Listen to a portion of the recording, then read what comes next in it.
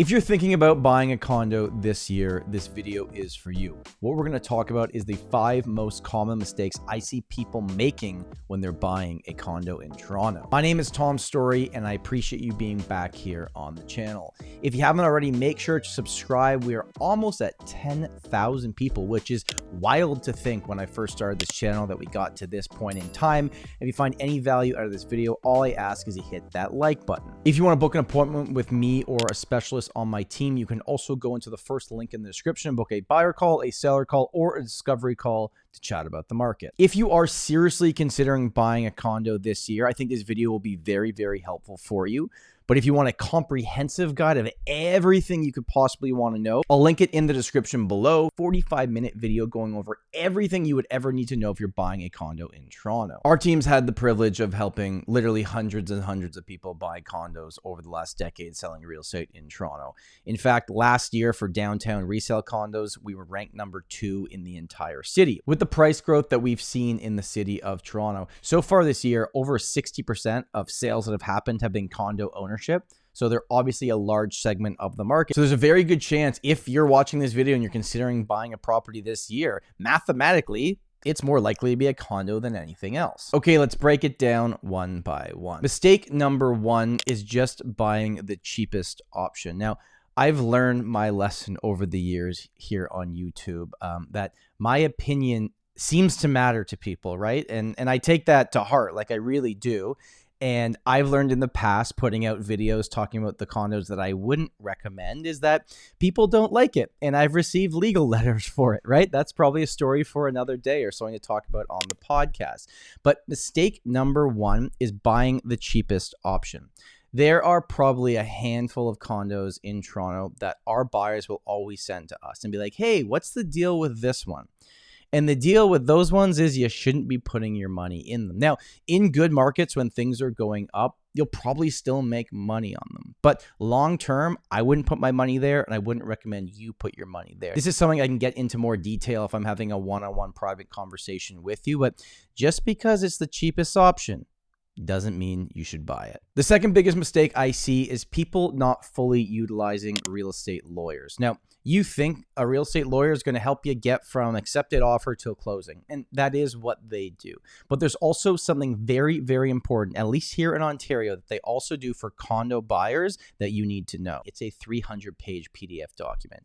It has how much money is in the reserve fund, the upcoming budget, the insurance. Is there any liens against the property? Is the current owner up to date on all their payments? This is everything you'd want to know.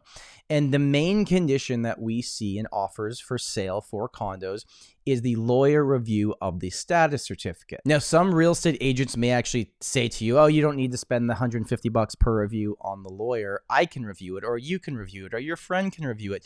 Don't do that. That's such a big gamble you're taking. Spend the $150 for the review or whatever it is and get it done.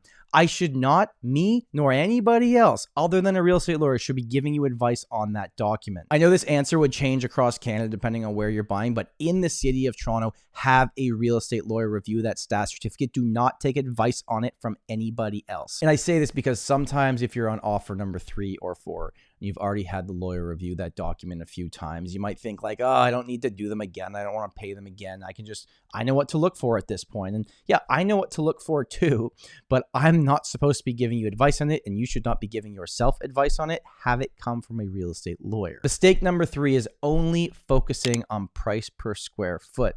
I think price per square foot is amazing. It's how we value condos, right? It's basically looking at how big the condo is, how much it sells for, and dividing the sale price by the total square footage. And it's just the interior square footage. So never look at listings that include the balcony as a square footage and do that. It's only the interior of the condo. So price per square foot is great. So why should you not just fully rely on it? Well, there's so many other factors to take into consideration.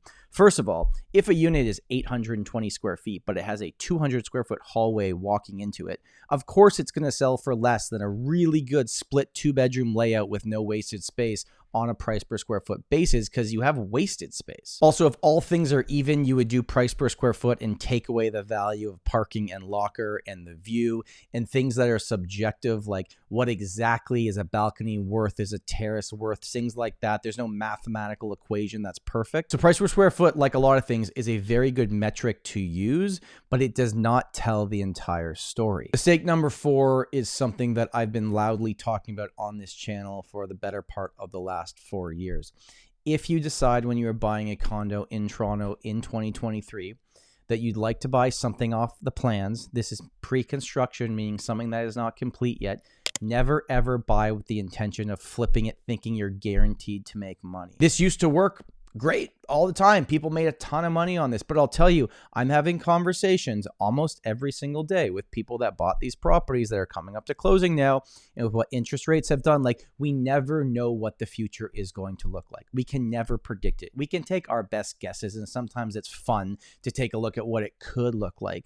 But just because it happened in the past doesn't mean it's necessarily going to happen that exact way in the future. So if you're buying a new construction condo, please, please, please have a 10-year perspective, because also you're paying a premium. It's 30% more expensive than resale. And the last mistake that I'm seeing condo buyers make is getting tricked by staging. Now, we stage all of our listings. I think staging is an absolute must if you're selling a property in Toronto.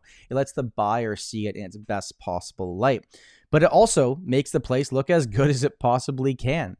And I find sometimes people fall so much in love with the furniture. I'm like, yeah, you like the way it's styled, but do you actually like the layout? Do you like this building? Do you like the area that we're in? Don't fall in love with the things that you can change. Fall in love with the things you can't change, like the location, like the floor plan, like if it has parking, like what your view is. Those are the things you can be focusing on. All the other stuff, kitchen countertops, flooring, backsplash, you can change any of that. And the thing that you can change the easiest is the furniture. I could probably make a list of 15 things that we could talk about in this video, but to me, these are the 5 that maybe aren't even the most common, but I think are the most important. So I hope you found this valuable. Like I said at the beginning, if you are seriously considering getting into a condo at some point in 2023, I'd highly recommend go watch my 45-minute breakdown on the entire condo buying process. I've got a lot of good response to that video. It is free. It's there for you. You have access to it. Thank you for watching this video. My name is Tom Storey, and remember, home is where your story begins.